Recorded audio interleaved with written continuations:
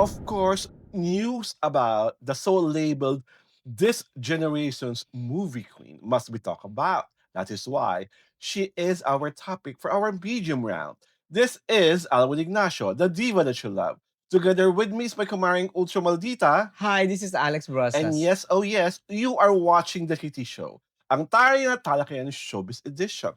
At ang pinag-uusapan namin ay syempre pa, ang nag-iisang Bea Alonso na pwede na ba natin idagdag sa kanyang pangalan ng Dashko?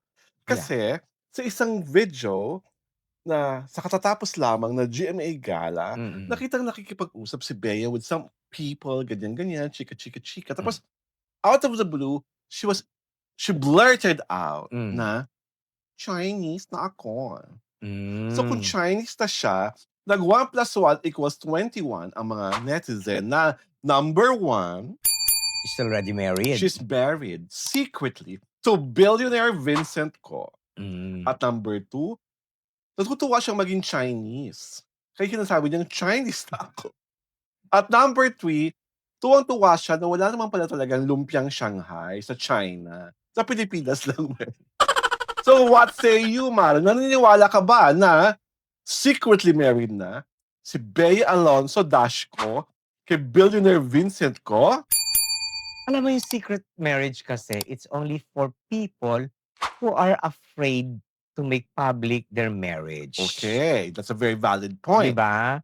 Mm. If you are proud to say, I do, Mhm. why wouldn't you make it public? Okay. Diba? Mm-mm. Number 2, there are no palpable reason for them to deny kung totoo nga. Yes, kasi Diba? they're of the marrying age. Oo. Alam silang mature. Wala namang boundaries of ano, di ba? Yes, yes. Wala nang limit-limit yan, di ba? O, number 3, if you want to really get private in your relationship, in the first place, do not get yourself seen Together. in any public events. Oo. Di ba? You do a Mark Alcala and Catherine Bernardo. Hindi nakikita. Di ba? Oo. Number 4, kapag kasi umusbong yung kanilang yung kanilang romance. Mhm. Because of Clandestine kasi ang naging dating. a certain picture that came out on IG. Oo, they were in Spain. Oo, ganun eh. Ganun ang Yun ang pa-effect. But obviously, kasi nakakatawa, di ba? Kung talagang wala kayong dapat itago, o kung meron kayong dapat talagang itago, you should have kept it to yourself. Hindi na kayo nag-public yung photo na ganun, tapos pinost nyo sa social media, Or Instagram. tapos hindi kayo nakita sa event na kasama yung parents. Di ba? Kasi tawag dito. You're adding fuel to the fire. At saka nakakatawa. Parang half-baked yung, we want to be private. Publicly nakikita kayo, di ba? It doesn't make sense. Dapat, your act should be congruence to what you are feeling. To the Gusto privacy nyong private talaga. privacy that you so ache. Ako feeling ko naman yung Chinese na ako. Baka naman nagpa-practice na si Hitman. Talagang Chinese na siya. Gusto niya, ni hao, eme. Mabigla na lang tayo. Nag-Chinese na siya. Fluent na siya in Mandarin. Ganon? Diba? O may mga babaeng ganyan. Di ba remember when Heart Evangelista, naging boyfriend niya dati si Daniela Matsunaga. She learned Portuguese. Portuguese? Kasi Portuguese is the national language of Brazil. Marunong mag-Portuguese si Heart. Alang kay Daniel. So malay mo naman, marunong na yung mag-Mandarin ngayon. O Cantonese, si Bea Alonso. Diba? Well, I am never against any language barrier. I am never against any person who wants to learn other people's language. Yes. Okay lang yon. For as long as you love each other and you do things naturally. Yes. I would like to believe that they're a very happy couple. Kasi parang the fact that she's already, yung thing sa akin kasi ng Chinese ako, she's throwing little pebbles already to create more ripples. And then eventually the bomb, we so expect, hindi na bomb kasi alam naman natin sila na, will eventually come to fruition. Parang nag-ano na siya.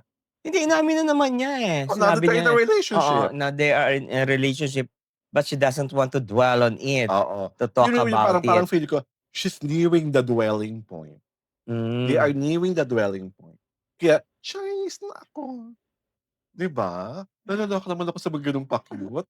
Paano ko maging Chinese, Bea? Nagkaroon ko lang ng apelyidong ko, Chinese na agad. Oo, tsaka ano 'di ba foreigner yung father niya? Oh, Yes. so how could you be Chinese? Charot! 'Di ba? Eh, kasi nga by virtue of surname. Ah, 'Di ba? Diyos Eh, ko. gusto mo yung ganyang paandar, o ayan napaglaruan ka tuloy. Tsaka hindi, eh. I mean, 'di ba parang dapat kasi at your age medyo talagang seryoso ng atake mo sa Oo. ano, Tsaka kasi parang relationship. I would understand something like that if like it's like a 18 state years old. somebody like Andre Brillante saying it, Oo, 'di 'di ba? ba? Or Francine Diaz saying it, Oo. 'di ba? Or all the starlets na hindi natin kakilala sa GMA7. Ay, Chinese na ako. meron bang tayong hindi Ang kakilala? dami nating hindi Marami. kakilala 'no? Oo Yung nga. pinag-usapan natin sa worst shows hindi natin kakilala, eh. You mean? 'Di ba? So I'm trying to say is, Bea and Vincent, if you are really in a happy relationship and it's altar bound, please make an official statement. Hindi naman kailangan publicly magpapa-interview kayo, 'di ba? Mm. What's the use of all your publicists for? Isang Oo. statement lang naman 'yan. Yes, we are in a relationship, ganyan, ganyan, ganyan. And tapos wala na nag-speculate, wala nang naggagawa ng kung ano-anong mga lalo na sa Diyos ko yung mga Chinese na ako na 'yan, baka mamaya maglaro ka pa ng mga busters, sabihin pro-China ka, Ay! 'di ba? Diyos Ikaw ang ibala sa West Philippine Sea, my 'di ba? Naku, God! Bea, Chinese ka na, kausapin mo yung mga ano, manlulupig do'n, Ay! 'di ba? Baka sakaling So, makadesisyon may social sa'yo. relevance siya Oo, 'di bigla? ba? Ikaw rin ang magtanim ng ano, sumakay ka rin ng jet Ay! ski, ta's Diyos ko. maglagay ng Philippine flag Sa West do'n. Philippine Sea. Oo, 'di Naku, ba? very reminiscent of Alam mo ano, na, 'di ba? of one Oo, 'di guy. ba? O 'di ang taray mo lalo na kasi Chinese ka na, 'di ba? Oo, 'di Baka ba? may pakinggan ka ng mga At Chinese. saka hindi, eh, it could also be interpreted as a ano, transition from Yes, Filipino to Chinese. oo. Wow! 'Di ba That's dual citi very, 'di ba very 'di ba drastic. dual citizen na siya. Oo. Pilipina na, Chinese pa. Oo, 'Di 'di ba tapos may ba? Spanish passport din siya, 'di ba? Oo, dahil may Dahil bahay siya sa may ano. property siya dun, hindi ka puwedeng Oo, makabili ng property sa Spanish, kung eh. wala kang dual Oo, citizenship. 'di ba? Ang taray mo girl, Iba na ikaw na siya. talaga 3 na, ayaw ni ano niyan, nung ni presidenteng ano. ah, Aray ko! naku, Diyos ko, nagdadrama-drama na Ayaw naman. naman mga immigrant. 'Di ba nagdadrama-drama na nga sila, 'di ba? Dahil yung common law wife hindi pinayagang pumunta. Ay no, hindi yun ang Ay iniibig iba ko, ba? oo. Iba pa ba 'yan? Yung ano, yung galit na galit sa mga immigrant, Ah, tapos, eh, immigrant din naman pala sila, my God, 'di 'di ba? It's so funny. 'di ba? They're making a mockery of themselves. And on that note, this is Alwin Ignacio, the diva that you love. Together with me is my kumaring Ultra Maldita, Hi, this is Alex and you Brosas. are watching The Beauty Show. Ang taray na talakayan showbiz edition.